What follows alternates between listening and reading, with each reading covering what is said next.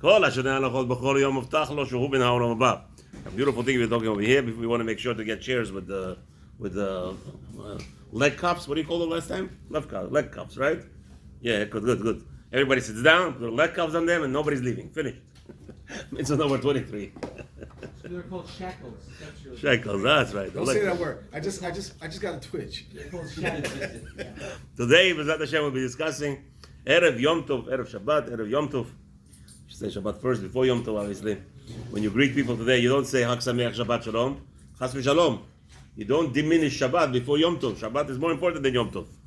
Shabbat Shalom v'Chag Sameach. B'ezrat Hashem, just a little thing. 23. Must break the neck of the firstborn donkey not redeemed. Yesterday we learned that a donkey that you must redeem, unlike other creatures, we should say, because a human being cannot be redeemed before 30 days. Kevis, we said the small animals, the sheep and goats, cannot be redeemed before, or cannot be given to a Kohen before 30 days. What do you call that? A small cow. Sheep. Small cow, no? A calf. Good, thank you. Thank you for my English. Calf cannot be given to a Kohen before 50 days. However, we said yesterday, a hamor must be redeemed before 30 days. A donkey, yeah. You said yesterday that was a mitzvah number 22. Some people couldn't stay here. It's on YouTube. You could learn it. B'ezrat Hashem. Even though I gave the shiur 3 times yesterday. And it's okay, listen. So we have an obligation to redeem the donkey, the firstborn, up to 30 days. What do you do after 30 days? You didn't redeem it. Mitzvah number 23. You must break its neck.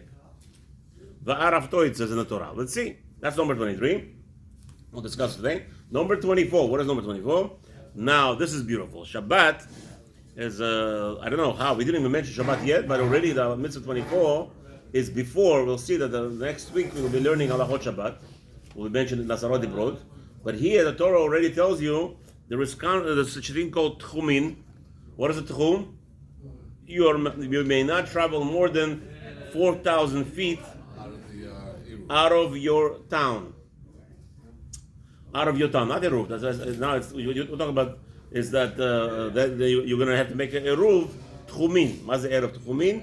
If you want to travel 8,000 feet outside of the city, then you would do is you would prepare like a resting place for yourself, like a residence, temporary residence, from the city 4,000 feet, and there you make a position where it will be like your residence. You put a food over there in the basket or something, or in a box or something, or in the ground. 10 tvachim closer. There's a lot of rules about it. Moshe, we're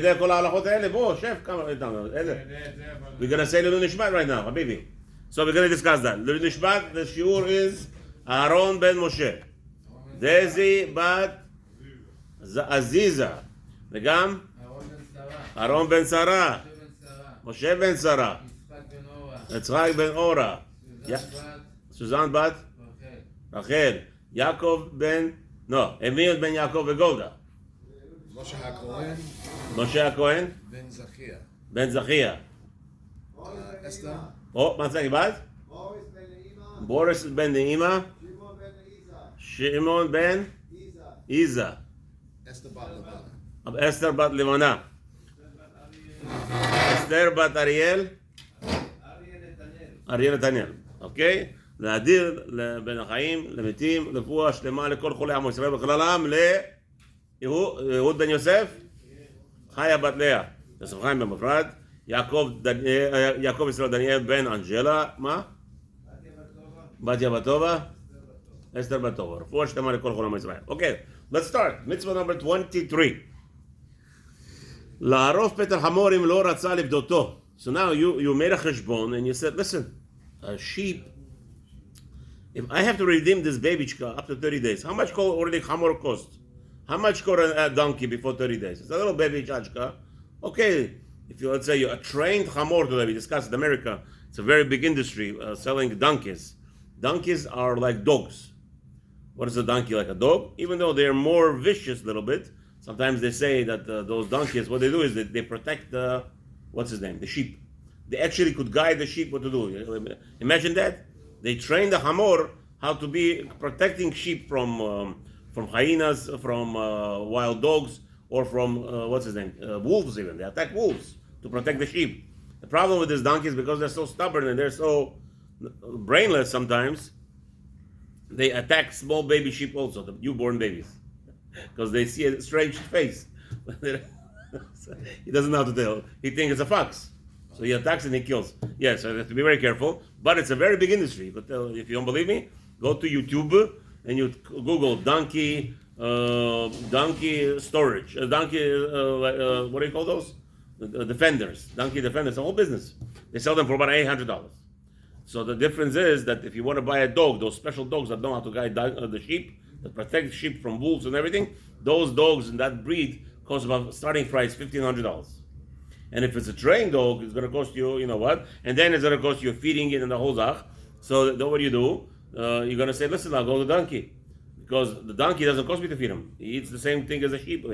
Everybody's happy, right? So you take a risk with the babies. As soon as the babies are born, you take them away. And then after a while, you introduce them back to the herd. And once he sees the sheep, he doesn't care. Okay? So now what's going to happen? But this baby, before 30 days, you're going to give a sheep, let's say a donkey costs $100 as a baby. A newborn donkey, let's say $100. I think it's cheap even. I think much cheaper. If you Google, on auctions, they sell them, whatever it is, right? So let's say up to 30 days a donkey. Maybe they don't sell donkeys up to 30 days because it's, it's still viable. Maybe it's not going to stay alive. There you have to give it to the Kohen. Instead of a donkey, you give him a sheep. How much costs your sheep? Today, to buy a sheep is about $300. A grown male sheep, it costs you $300. So you decided financially it's not worth for me to give away the sheep to the Kohen. So what do you do with the donkey? After 30 days. So again, even though we said yesterday, it sounds like you could use money to redeem instead of a sheep. It's when you don't have sheep. But when you have sheep, I don't believe it's that allowed for you to use money. Because otherwise it says 3 zuz. How much is 3 zuz? It's nothing. 3 zuzim is nothing. How much is already? We give a woman an ktuvah 200 zuz. Right? So 200 zuz today, technically speaking, it's a big question with the ktuvah. Why they even allowed to write 200 zuz? Because nobody understands what it means and nobody cares. 200 zuz, it doesn't sound like a normal number, right? That it says if a man divorces his wife, yes, in the Ketubah they write, I'm going to give her 200 zuz. To me, it's a joke. It literally is a joke. First of all, nobody knows what 200 zuz is, and even the woman doesn't know what 200 zuz is, and if she understood that you're giving her 200 pennies, she'll throw. No, really it means today, so our Buddha said the other day, it's living expenses of 1 year. So today rent. 2-bedroom apartment, how much cost? 225, 3,000. Let's say $3,000. So that's it. That's what you have to give her, $3,600. In the Ketubah, they should write it. In the Ketubah should be written, forget about 200 zuz, you should write, or you write 200 zuz, which means, in America, $36,000. Oh, now we have a figure, 200 zuz, people, besides all the other things that should be writing in the Ketubah, I think the Ketubah, every Ketubah should have a rider, see back before you sign. No, I'm not joking. See back before you sign. Okay, and then she has to sign also, I hold. She has to sign the Ketubah. Not that she's making an acquisition, but she understands what her rules are. Because in Shulchan Aruch, which is a problem today with a lot of marriages, they fail to teach a woman. Shulchan Aruch actually punishes her and detracts from her Ketubah if she doesn't do certain things. And that's what I mean. The rider, every Ketubah should have in the back of it all the rules that she has to do and all the rules that he has to do. And it has to be in their language. But according to many geniuses today already, they're working out. They're trying to figure out how to make Ketubah, not a Ketubah already. Halacha prenup. Yeah, prenup, shminup, okay, all this crazy stuff. Anyway, what are you gonna do? If the whole problem people don't understand is teaching. There's no education. Rabbi Sofer, you're gonna speak against all the yeshivas, we have all the Beis Yaakovs. There is no education, not in the yeshiva and not in the Beis Yaakov. Rabbi Sofer, you got Pikoros. No, what do you mean? What do you mean? I already told him. So many times I asked him, what do you do in yeshivas? Today a boy grows up in the yeshiva. He goes to yeshiva, 5th grade, 5 years old, 6th grade. Let's say pre-1A. Goes all the way through high school. How many times did he hear Vaydaber Adonai and Moshe Lemor? How many times? He heard it not even once properly. You have to have the same Rebbe. I already answered that. The problem is stability. There's no stability today. Children are growing up without stability. You don't understand. The Torah is what? Is your life. Vaydaber Adonai el Moshe lemor, said by one Rebbe, let's say one Rebbe, the next 14 years tells him the same words. The influence that it's supposed to have on his neshama is tremendous. It's not our words, Rabbi Avigdor Miller said today, that nobody's scared of the Rebbes no more. Well, you know what stability is? Imagine a child is growing up with one Rebbe, all the way through Beis Midrash. You know what that is? But Rabbi, the Gemara says you should have two rabbis. If you this one is no good, you get more education. I don't care about your education today anymore. I really don't care about education. It's all fake. I want right now stability. Return the stability, you will see there will be no divorces. Rabbi Avigdor Miller said no woman should marry a man if he doesn't have a rabbi that he's afraid. Who's afraid of any rabbi today? What are you afraid of? Today you go to 10-year-old. Why did you steal? You're trying to figure out. The rabbi in the third grade taught it's too young. Let him learn in fourth grade. The rabbi in fourth grade says, "What do you mean? By 10 years old, by 11 years old, he doesn't know he's not supposed to steal? You hear what's going on? You hear what's happening? There's no stability." Somebody asked me, "Why don't I teach in the yeshiva?" That's why, because the yeshivas are wrong. This is the wrong thing. You cannot do that. You can't have that. There's no stability, unfortunately. Anyway, here you have to kill this. It says in the Torah, this chamor. Let's go back to Inyan. Shmot, chapter 13, pasuk yotin. V'im lo tivdeh v'aravto. You don't want to redeem this chamor. It's not feasible for you, even though it's a mitzvah. It's a mitzvah d'oraita. We said 22 is a mitzvah. People don't understand. Mitzvot are not supposed to be comfortable. Somebody tells me, I go around, I fix people's tefillin. Right? The tefillin, the youth has to sit on a bone. Cannot sit in a hole. Many people think the bone is in the end of the hole. No. The tefillin youth must sit on a bone. And over here, it has to end by that hairline. So I fix people's tefillin and make it shorter. Because everybody likes to see it in the bone, because that's what they grow up. That's how I grew up. Unfortunately, when we put on the tefillin the first time, many moons ago, we had the youth in a hole, because that's why we thought. And it was fine. Everybody's sitting. Now I'm fixing everybody's tefillin over here, Baruch Hashem, the Kila. Boom, boom, I make it short, and then everybody, Rabbi, it's not comfortable sitting down. Habibi, mitzvot are not given for comfortability. This is how it has to be. Finished. It has to end on the bone. It has to sit there. However you're going to play it around, you can't have it otherwise. No, let's make the ritzvot easier so it's going to go down. But the problem is, it always creeps up. The hair is not meant for you to be positioned properly. So it always creeps up, and all the time you have a problem, it's sitting back in the hole. And you're not yet feeling properly. So what's the problem? It's a big problem. You want to do mitzvot. Mitzvot are not given for accountability. So the Hashem says, Mazeh, this guy's stingy, right? He doesn't want to give the set to the Kohen, but I commanded you. I commanded you to give the set to Kohen. Why? Why am I supposed to give the set to the Kohen? We said yesterday. The Kohen doesn't work. What does he do all day? He learns Torah, prepares to do Avodat HaBeit. You know how tense that job is? You know how tense it is? We already said a Kohen has to strip naked before he gets his job. He goes to the mikveh, and there is a guy watching him with the lupa. Make sure he doesn't even have a rash. You understand what we're talking about here? A Kohen has to be pure body, clean, and probably has to be muscled man, because he's heavy work that they do. Pick up bones of. They have to pick up. The Gemara Mishnah discusses. They chop up the cow, and each Kohen. How many Kohen could pick up what? Piece of the cow. Yeah, you go pick up a piece of cow. You know how much cow weighs? Let me know. Come on. So they have to be strong. They have to be busy. 2 weeks a year they were allowed to work in the Beit HaMikdash. Sometimes 3. Some families depends on the. It's 24 families. It's 52 weeks a year. Okay, so 51 weeks sometimes. Last year we found out it's 51 weeks a year. Last year, so sometimes you'll have 3 families. Last year would have been working 3 times. What do they do in the off season? They learn Torah. They prepare themselves. They have to do tamnud. They have to work out. They have to make sure their body is clear, clean, cleansed. It has to be perfect. They cannot get a cut. What do you want a guy go chop the wood and then chops off his finger by mistake? Pasul. Then he has no job. Hashem wants Kohanim to be sustained. How? With your sheep. How? Because he gave you firstborn Hamor. The firstborn Hamor, now go sustain the Kohen. It's a mitzvah. You don't want to do it. It says in the Torah, you must rip off, break his neck. And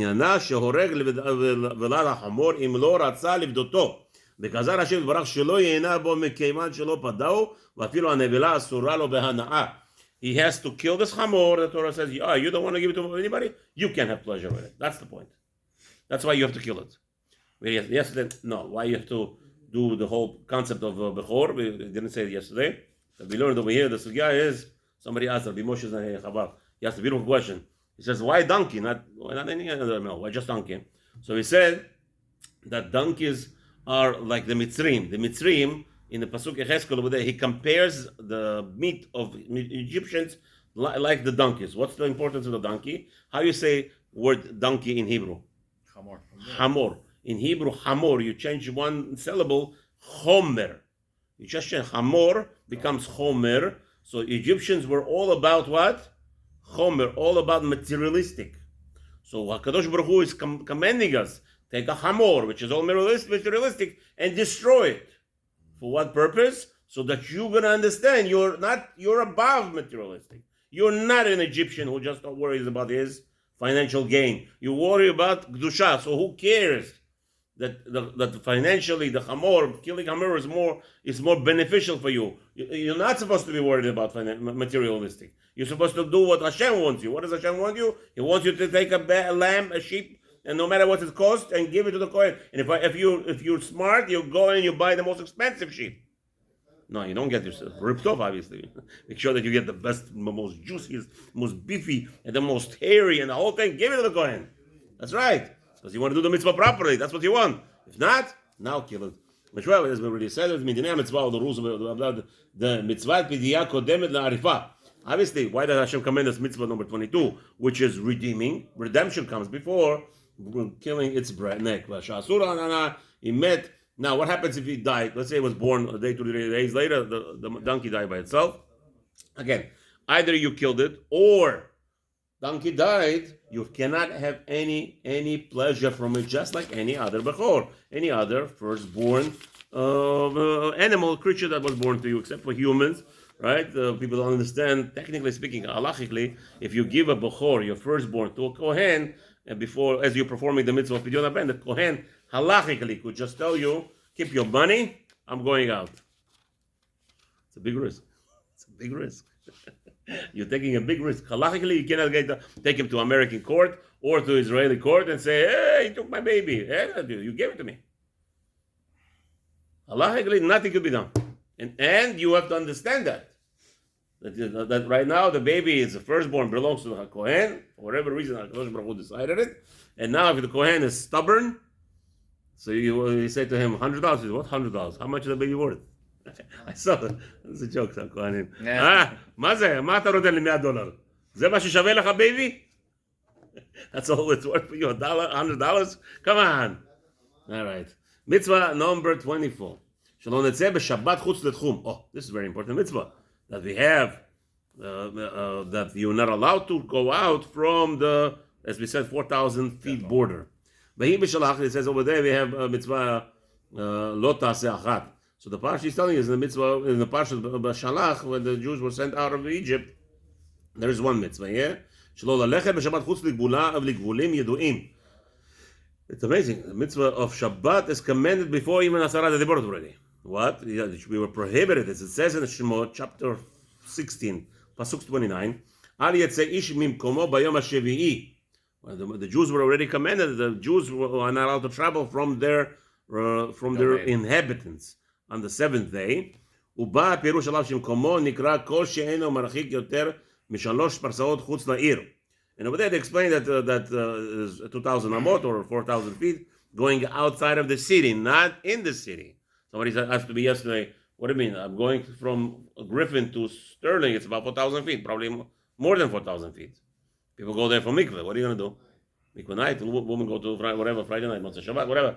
On Friday night, people go to mikveh. 45-minute walk this way, 45 minutes. You know how holy those women are, what kind of babies they're going to have? Holy babies, Baruch Hashem. So, what's that? Says no. It's not talking about in the city.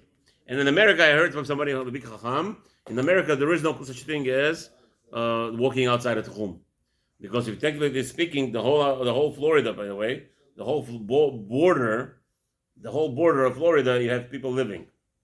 So even though this way it sounds like there's nobody living, right on the left side there's evergreen, Everglades, whatever, greens, whatever.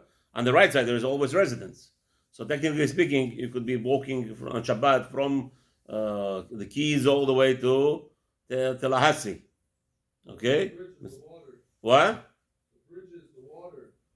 Yeah, but there is that's on one side. On the left side, there is no problem. Not everywhere you have that. That's the thing. Go to Miami Beach, if you go to, let's say, from Sunny Isles to Bell Harbor, it's over a big piece of water. I understand, but correlation to that, there's other pieces of land that have inhabitants, right? Again, correlation to that, you have inhabitants. Parallel to that. So since you have parallel to that inhabitants, it's considered to be not one long thing. What? That's what I heard from somebody. I don't know. I'm saying it's ocean on one side. I understand. On the other side. Again, what? It's just one bridge all the way to the ocean? The way it works, right? No. This is Sunny Isles. Yeah. Sunny Isle. This is Sunny Isles. One side is bay, one side is ocean. Okay. There's a bridge. It Okay. goes over water. Yeah, but we could. Okay. And then here's Bell Harbor. Okay, but we could bypass all that. How can you bypass that? It's all Florida. What does that mean? That's another argument. Huh? The greater piece is all of Florida. Yeah, that's another argument. So either way, a lot of studying to say. So, Kimat, the whole America does not have this dean of what's his name? Why would Israel be any different? Huh? Why would, let's say, Israel or any other country be any different? Maybe Israel doesn't have a zip code on empty land. That also depends. Florida has America has a zip code every corner of the earth. Everywhere there's earth, there's a zip code. In Israel, I don't think they have zip codes like that. Maybe there's a lot of issues over there. Anyway, let's continue. Mize, Rafael, you went over there to laugh? You went over there to laugh. I love you too. Shabbat shalom, חג שמח. הובא הפירוש עליו שמקומו נקרא, okay, we already explained. והפרסה 4 מילין, so it's talking about המין 2,000 אמה. והפרסה 4 מילים, והמיל 2,000 אמה. So מיל, 1 meal is 2,000 אמות. שמקומו נקרא כל שאינו מרחיק יותר מ3 פרסאות, חוץ לעיר. So what's that? It sounds like 6,000 feet. What's going on? אמות. ומודדים משפת הבית החיצון שבעיר אפילו הייתה גדולה כנינווי, זהו לדין תורה, אלא שחכמים גזרו גדר ואסרו שלא ללך יותר מ2,000 אמה חוץ לעיר. According to Torah, you have 6,000 amot. So that's 12,000 feet outside of the city. From when? From the last house to the next house. So if let's say from one outside of the city, on the outskirts of the city, you have a house, and from that house you could measure less than 12,000 feet to the next beginning of the next land, the next city, country, whatever it is, and there's a house. So that would you could travel between the cities, no problem on Shabbat. That's the Oraita. Chachamim came and said, no, we're gonna make gedarim that you shouldn't be a normal thing walking around, right? So what you're gonna do is we're gonna give you only 2,000 amot, right? And so משושל מצווה זו שנזכור ונדע שהעולם מחודש ולא קדמון כמו שכתוב בפירוש במצווה השבת, כי 6 ימים עשה השם את השמיים ואת הארץ, היה ואת כל אשר בעם והנח ביום השביעי. כן, נזכור הדבר, he says, amazing what he says over here. He says that the world is renewed. It's renewed to the next there. So therefore the Shabbat is a symbol of renovation.